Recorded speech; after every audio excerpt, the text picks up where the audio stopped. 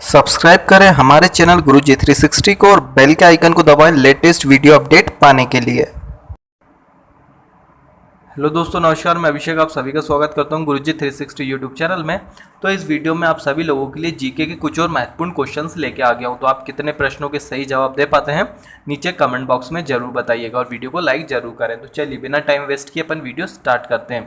तो आपका पहला प्रश्न है कि गुरु नानक देव का जन्म कहाँ हुआ था। गुरु नानक देव का जन्म कहाँ हुआ। चार ऑप्शन है आपके पास, 1449, 1469, 1459 या फिर 1499। तो आपको बताना है कि गुरु नानक देव का जन्म कब हुआ। ठीक है, तो आपका सही आंसर क्या हो जाएगा साथियों। उस प्रश्न का सही आंसर आएगा ऑप्शन दूसरा। गुरु नानक देव का जन्म कब हुआ था, 1469 में हुआ था। ठीक है, तो आपका सही आंसर क्या रहेगा, ऑप्शन सेकेंड। चलिए नेक्स्ट क्वेश्चन देखते हैं। यह रहा आपका अगला प्रश्न कि महावीर जैन स्वामी की मृत्यु किस शहर में हुई थी। तो महावीर स्वामी की मृत्यु किस शहर में हुई थी। ऑप्शन है कुंडग्राम, राजगीर, पावापुरी या फिर आपका कुशीनगर। तो इन चारों में से बताना है कि किस स्थान पर महावीर जैन स्वामी की मृत्यु हुई थी। तो साथियों सही आंसर क्या रहेगा इस प्रश्न का, ऑप्शन तीसरा हो जाएगा। पावापुरी में महावीर स्वामी की मृत्यु हुई थी। तो आपका सही आंसर क्या रहेगा, ऑप्शन थर्ड। आपका अगला प्रश्न है कि गौतम बुद्ध किस वंश से संबंधित थे। तो महात्मा बुद्ध का संबंध किस वंश से था। ऑप्शन है मौर्य वंश, गुप्त वंश, शाक्य वंश या फिर कुरु वंश। तो महात्मा बुद्ध थे वो किस वंश से संबंधित थे इन चारों में से। तो आपका सही आंसर क्या हो जाएगा साथियों, ऑप्शन तीसरा हो जाएगा।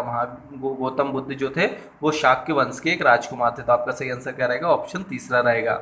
आपका अगला प्रश्न है कि लावणी किस राज्य का प्रसिद्ध लोक नृत्य है। लावणी जो कि काफ़ी फेमस क्वेश्चन है, यह अधिकतर एग्जामों में पूछा जाता है कि लावणी किस राज्य का प्रसिद्ध लोक नृत्य है। ऑप्शन है राजस्थान, महाराष्ट्र, उत्तर प्रदेश या फिर केरल।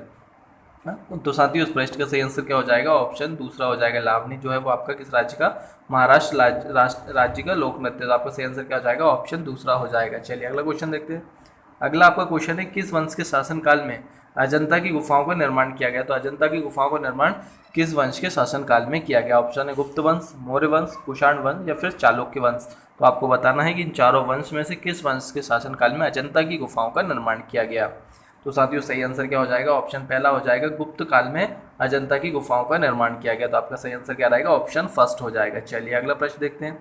अगला आपका प्रश्न है कि तुंगभद्रा किस राज्य की बहुउद्देशीय नदी घाटी परियोजना है। तो तुंगभद्रा जो है वो किस राज्य की नदी घाटी परियोजना है। ऑप्शन है कर्नाटक, उड़ीसा, महाराष्ट्र या फिर तमिलनाडु। तो साथियों उस प्रश्न का सही आंसर हो जाएगा ऑप्शन पहला, कर्नाटक राज्य की एक बहुउद्देशीय नदी घाटी परियोजना है। तो तुंगभद्रा किस राज्य की नदी घाटी परियोजना है, आपकी कर्नाटक राज्य की नदी घाटी परियोजना है। ठीक है, यह रहा आपका अगला प्रश्न कि हर्यक वंश के किस शासक को कुणिक कहा जाता है। तो हर्यक वंश के किस शासक को कुणिक कहा गया। ठीक है, ऑप्शन है बिंबिसार, उदयन, अजातशत्रु या फिर कनिष्क। तो आपको बताना है कि वो कौन सा शासक है जिसे क्या कहा गया, कुणिक कहा गया। तो साथियों आपका सही आंसर क्या हो जाएगा, ऑप्शन तीसरा हो जाएगा। अजातशत्रु जो था, जो हर्यक वंश का एक शासक था और इसे क्या कहा जाता था, कुणिक भी कहा जाता था। चलिए अगला प्रश्न देखते हैं। यह रहा आपका अगला प्रश्न कि गुप्त वंश का वह शासक कौन था जिसने हूणों को भारत पर आक्रमण करने से रोका था। तो गुप्त वंश के किस शासक ने हूणों को भारत पर आक्रमण करने से रोका था। ऑप्शन है समुद्रगुप्त, स्कंदगुप्त, कुमारगुप्त या फिर चंद्रगुप्त। तो आपको बताना है वह कौन सा शासक है जिसने हूणों को भारत पर आक्रमण करने से रोका था। तो साथियों आपका सही आंसर हो जाएगा ऑप्शन दूसरा, स्कंदगुप्त गुप्त वंश का वो वह शासक था जिसने हूणों को भारत पर आक्रमण करने से रोका था। तो आपका सही आंसर क्या हो जाएगा, ऑप्शन दूसरा हो जाएगा। चलिए नेक्स्ट क्वेश्चन। यह रहा आपका अगला प्रश्न कि सती प्रथा का पहला उल्लेख कहाँ मिलता है।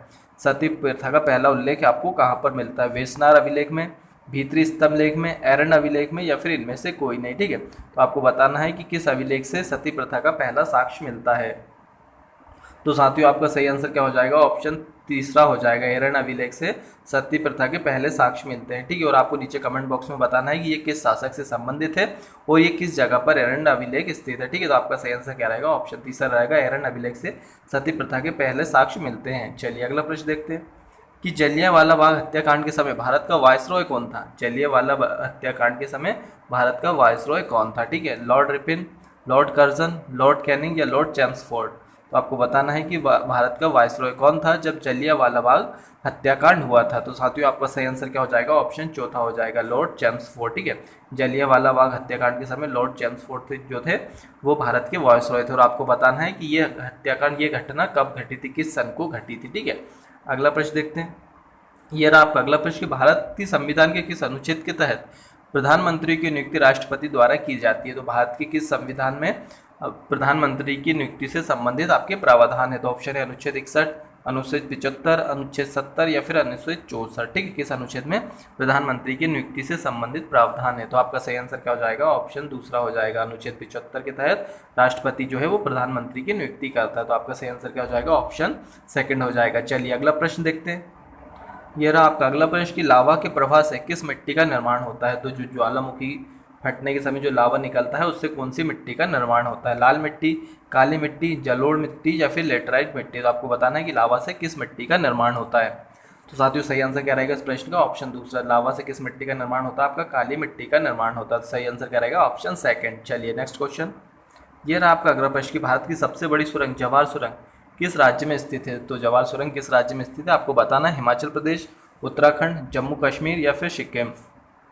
तो किस राज्य में भारत की सबसे बड़ी सुरंग जवाहर सुरंग स्थित है? ठीक है, तो आपका सही आंसर क्या रहेगा साथियों? जम्मू और कश्मीर में भारत की सबसे बड़ी सुरंग जवाहर सुरंग स्थित है। ठीक है, चलिए अगला प्रश्न देखते हैं। यह रहा आपका अगला प्रश्न कि प्रसिद्ध कोलेरू झील किस राज्य में स्थित है? तो आपको बताना है कि कोलेरू झील किस राज्य में स्थित है। काफ़ी प्रसिद्ध है ये।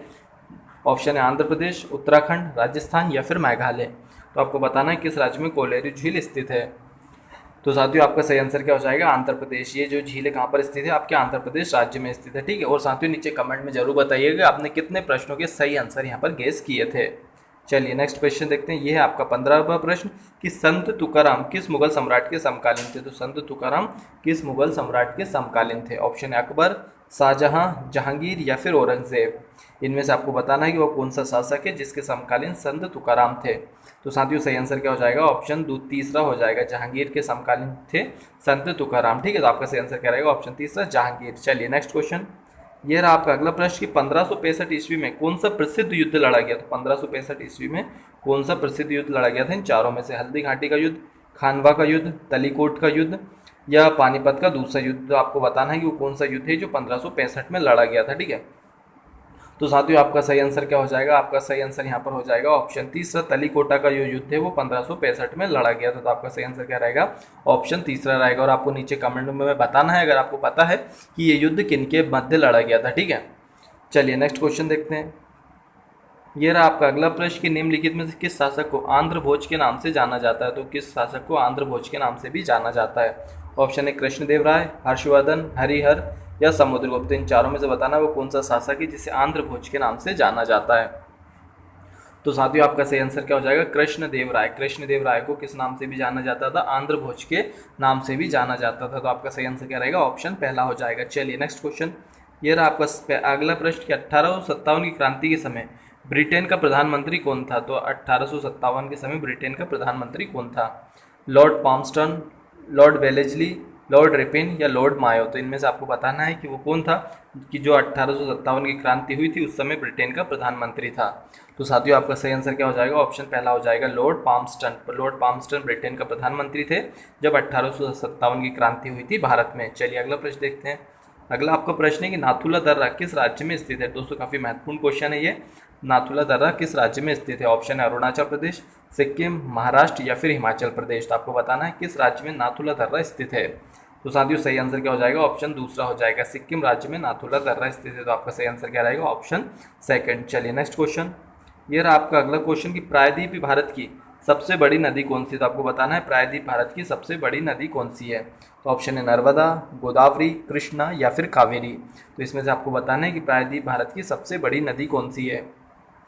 तो साथियों आपका सही आंसर क्या हो जाएगा? ऑप्शन दूसरा हो जाएगा। गोदावरी जो है वो प्रायद्वीपीय भारत की सबसे बड़ी नदी है। ठीक है, साथियों आपको बताना है कि इसका उद्गम कहाँ से होता है। और साथियों ये भारत की ऐसी नदी है जिसका उद्गम भी भारत में होता है और ये भारत में ही समाप्त भी हो जाती है। तो आपका सही आंसर क्या रहेगा? ऑप्शन दूसरा रहेगा गोदावरी। प्रायद्वीप भारत की सबसे बड़ी नदी कौन सी? गोदावरी, जिसे वृहद गंगा या दक्षिण की गंगा भी कहा जाता है। चलिए अगला प्रश्न देखते हैं।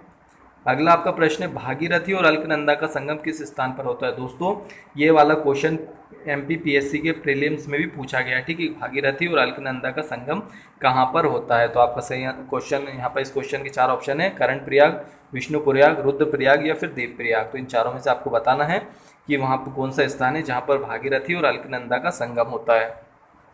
तो साथियों आपका सही आंसर क्या हो जाएगा? देवप्रयाग। देवप्रयाग में अलकनंदा और भागीरथी का संगम होता है, ठीक है। और आपको नीचे कमेंट बॉक्स में बताना है कि रुद्रप्रयाग में किन दो नदियों का संगम होता है। तो इस प्रश्न का सही आंसर क्या रहेगा? ऑप्शन चौथा रहेगा, देवप्रयाग में अलकनंदा और भागीरथी नदी का संगम होता है। चलिए नेक्स्ट प्रश्न देखते हैं। ये रहा आपका अगला प्रश्न कि भारत के किस राज्य को चीनी का कटोरा कहा जाता है? भारत के किस राज्य को चीनी का कटोरा कहा जाता है? ऑप्शन उत्तर प्रदेश, छत्तीसगढ़, राजस्थान या फिर हिमाचल प्रदेश। तो इन चारों में से आपको बताना है कि किस राज्य को चीनी का कटोरा कहा जाता है। तो आपका सही आंसर क्या हो जाएगा? ऑप्शन पहला हो जाएगा, उत्तर प्रदेश राज्य को चीनी का कटोरा कहा जाता है, ठीक है। और छत्तीसगढ़ को किसका कटोरा कहा जाता है? धान का कटोरा कहा जाता है। तो आपका सही आंसर क्या रहेगा? ऑप्शन पहला रहेगा, उत्तर प्रदेश। चलिए अगला प्रश्न देखते हैं। अगला प्रश्न है कि लेपचा और भूटिया जनजाति, लेपचा और भूटिया जनजाति किस क्षेत्र में पाई जाती है? तो आपको बताना है कि लेपचा और भूटिया जनजाति इन चारों राज्यों में से किस राज्य में पाई जाती है? सिक्किम, मेघालय, मणिपुर या फिर नागालैंड।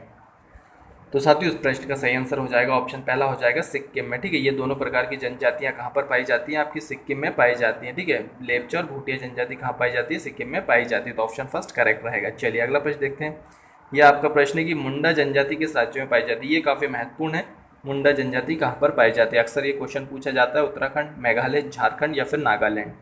तो साथियों इस प्रश्न का सही आंसर हो जाएगा, ऑप्शन तीसरा हो जाएगा, झारखंड में मुंडा जनजाति पाई जाती है। तो आपका सही आंसर क्या रहेगा? Option third. चलिए नेक्स्ट क्वेश्चन। साथियों ये रहा आपका आज का अंतिम प्रश्न और नीचे कमेंट में जरूर बताइए कि आपके कितने प्रश्न सही हुए। कि कुचिपुड़ी किस राज्य की नृत्य शैली है? ठीक है, तो कुचिपुड़ी किस राज्य की नृत्य शैली? ऑप्शन है आंध्र प्रदेश, केरल, उत्तर प्रदेश या फिर पश्चिम बंगाल। तो आपको बताना है कि कुचिपुड़ी किस राज्य की नृत्य शैली है। तो साथियों आपका सही आंसर क्या हो जाएगा? ऑप्शन पहला हो जाएगा, आंध्र प्रदेश, ठीक है। कुचिपुड़ी किस राज्य की नृत्य शैली है? आपकी आंध्र प्रदेश की नृत्य शैली है। सही आंसर क्या रहेगा? ऑप्शन फर्स्ट, ठीक है। तो साथियों ये थे महत्वपूर्ण कुछ क्वेश्चन जो अपन इस वीडियो में डिस्कस करें। और नीचे कमेंट बॉक्स में जरूर बताइए कि आपको कितने आपके प्रश्न सही हुए और आपको वीडियो कैसा लगा ये भी आप कमेंट में बता सकते हैं। वीडियो को लाइक भी कर दें और इसी तरह के नॉलेजेबल वीडियो पाने के लिए चैनल को सब्सक्राइब भी कर दें। मिलते हैं अगले वीडियो में, जब तक के लिए जय हिंद, जय भारत, वंदे मातरम।